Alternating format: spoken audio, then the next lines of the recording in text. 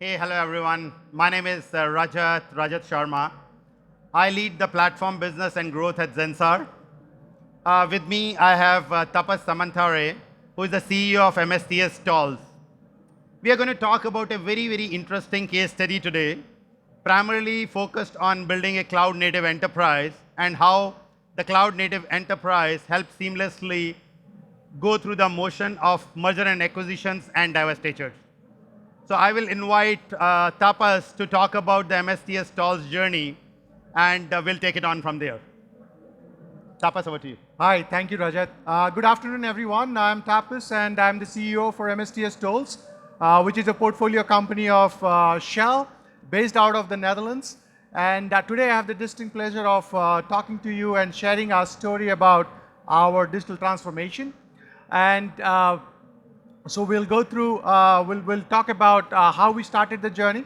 So let's set the stage and let's give you some more context and the frame of reference of how it all started. So MSTS Tolls is a leading payments provider to the commercial road transport sector in Europe. And we have, for a very long time, we have embraced digitalization and technology at the core of our DNA. However, we also have a very strong commitment to stay ahead of this technology evolution. And our decision to go into transforming our legacy application into cloud-native development was rooted into this commitment. So what I'm going to talk about, what you see on the slide are some of our major milestone decisions. And one of that was finding a symbiotic partnership with Zensar, who supported us all throughout this journey. And the second important milestone was the business being acquired by Shell in 2022, which kind of added a very different dimensions to our business and to our transformation journey. So if you look at what was the reason for us to do this, our legacy applications, which was before we were cloud native, our legacy applications, which was pretty function rich, which had a very great user experience, but it lagged when it comes to scalability. And that was one of the reasons why we went into, we started looking at transforming our legacy applications into a cloud native application. Plus, additionally, at the same time, around the same time, Europe was warming up to GDPR, and if some of you have worked with implemented GDPR policies, you can really understand how challenging it was. So a compliant data management with our own set standards of superior customer user experience pushed us to take some bold technology decisions. And the other thing is that Europe, as we call it, as one continent, but it's a very multicultural, multilingual setup, and that also adds certain different dimensions to this whole equation. Now here you see the technology decisions that we took. I will not dwell upon all of those points because most of them are kind of standard in terms of cloud native development today, but I'll draw your attention to the purple cloud. Well, at least it looks purple to me. So this is basically the dream that we are still pursuing in terms of building high-velocity enterprise dimensions. Now, my colleague Rajat is going to talk a bit more in details when he speaks about what we did. But for a plain business guy like me, it's all about being able to run fast and the ability to rise safely when we fall. So our transformation into cloud-native application actually really helped us in our speed to market.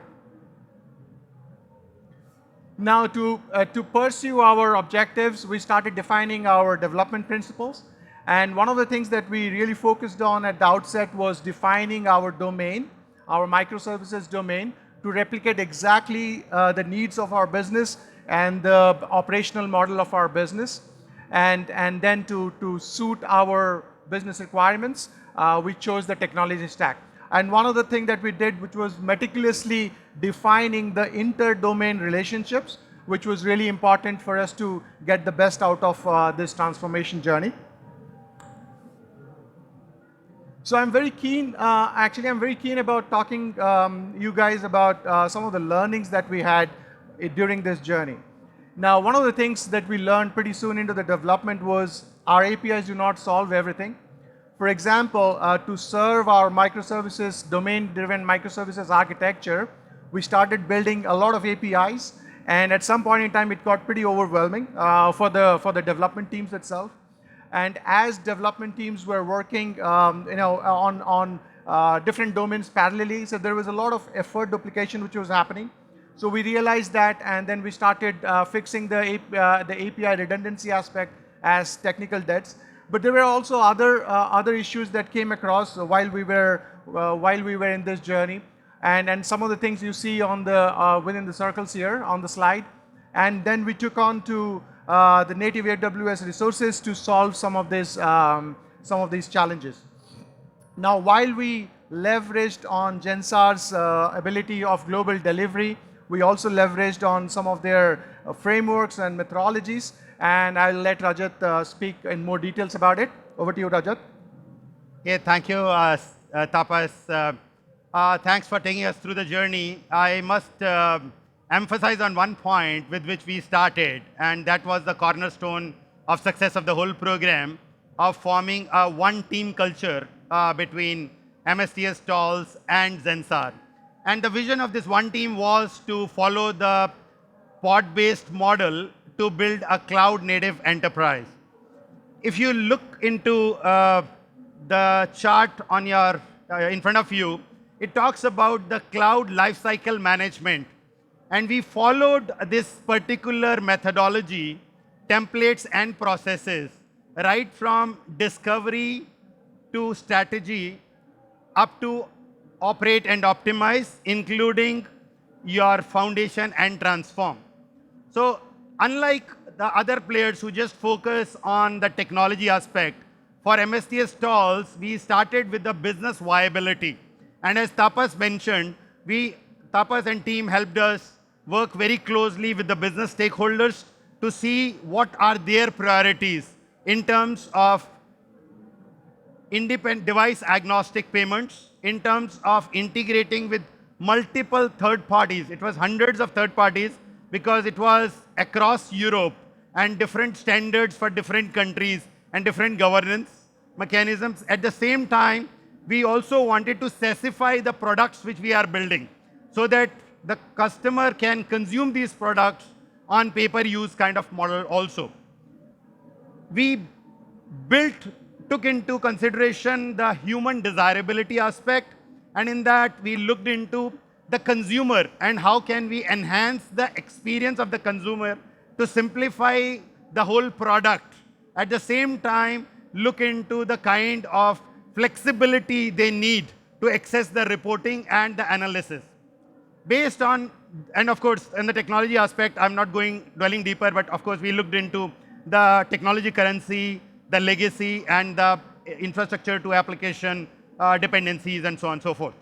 Looking into these three parameters, we defined the strategy, and the strategy was very simple. We did not want to buy a product because there was no product suiting this.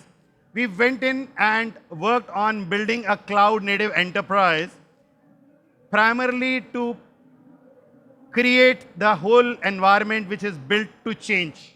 Rather than built for today, we built it for tomorrow. The things which basically we catered to in that is, we did not just follow the basic principles of cloud native, which are primarily the 7 factors, API first, or even things like your DevSecOps, but we followed a creation of a composable enterprise. What I mean by composable enterprise is that where it is very, very easy and flexible to create new services, deploy new services, consume new services. And how we did it is not only just with infrastructure as a code, which is traditional to cloud, but we basically created composability at every level. So composable everything right from application composability to data composability to security as a code to finally infrastructure as a code. So that's the concept which we followed through. If you look into that whole aspect that helped us build a right foundation layer, and when we built that foundation, we actually looked into all the parameters of foundation, be it the availability zones, be it the network policies, be it the security policies, be it the governance. And when we build the foundation, that foundation we built keeping in view that this foundation is going to take us to the transform and operate, so that we can leverage the aspects of the foundation to actually create a seamless migration architecture or migration plan. That too at a scenario when we did not have any visibility on Shell's governance, Shell's technology standards, or Shell's policies, right? And this foundation then took us to operate and optimize, and the concept we followed in the operate is build to operate kind of concept. So from build to change to build to operate, and the common theme was the foundation layer. And I'm going to spend more and more time in the slides follow up on the foundation side. These are some of the templates and methodologies we followed. And again, we had templates and followed templates, strategy, and all those components followed to also meet very stringent timelines of TSA. I'm going to talk about that also. Let's first look into the migration approach, right?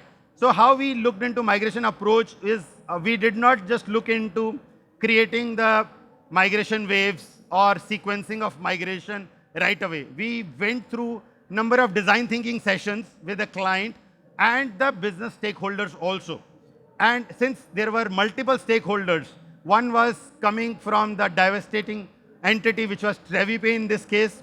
Then there were stakeholders from MSTS Tolls, and then there were stakeholders coming from Shell. So bringing all the stakeholders together to actually create a foolproof migration plan was one of the core charter, which we followed along with as a combined team. And that also helped us in terms of creating the migration roadmap. But most importantly, we actually looked into defining the future state architecture. And one of the things which we followed in the future state architecture was the principle of building a very, very solid foundation. Although we could not use the foundation which we built for MSTS because Shell had a very, very different foundation or landing zone. So we basically looked into 3 core tenets of building the foundation, which is close replica of Shell.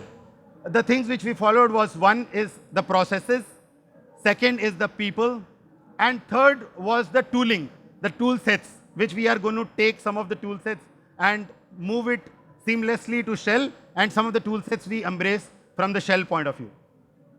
And of course, I don't want to get into the complexity of foundation, but it had all the core components, right from security postures to CI/CD pipeline to network policies and so on and so forth.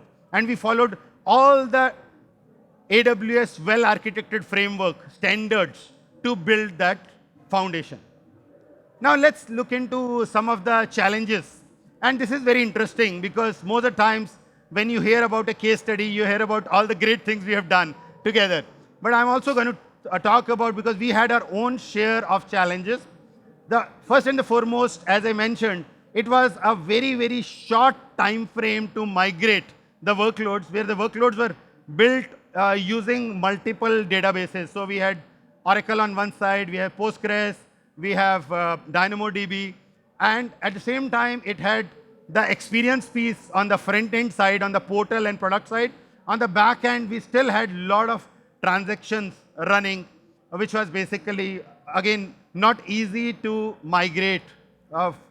So what we basically, so 2 core challenges which we faced. One was, as I mentioned, it was multiple stakeholders. So divestiture coming from TreviPay. So TreviPay had their own view on how this needs to be conducted. On the other side, MSTS Tolls had another way or view about this, and Shell had another view. And how to bring all the stakeholders together, we used Zensar's M&A framework, which had not only just templates and processes, but also a methodology which was similar to your Scrum teams or daily stand-up calls. Here it was not daily, but of course we tried to do twice or thrice a week calls between the individual parties and then bringing all the parties together. And what worked out here was showing them the benefits of our approach and methodology. So everyone brought in terms of the approach which can help them meet the timelines of TSA, which was 3.5 months. Normally, these kind of migrations take almost 1 to 2 years, and we crunched it out to 3.5 months of migration. The second challenge which we had, you have a question?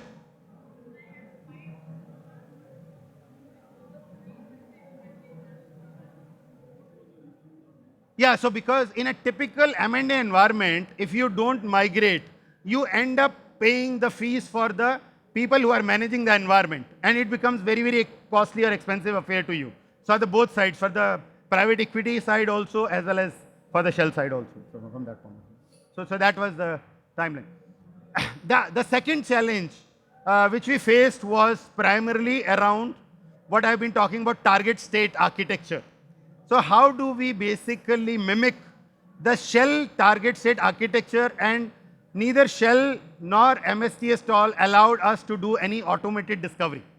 So we did not have any view of taking the snapshot of Shell's architecture and create a seamless foundation. So what we did is, again, we used our templates, processes, and lot of manual work in terms of interviews to capture that information and build the complete foundation following all the stringent policies, the technology standards, the processes, and above all the governance of Shell, because it was going to get integrated into. And of course, Shell had a very, very different standards from security point of view.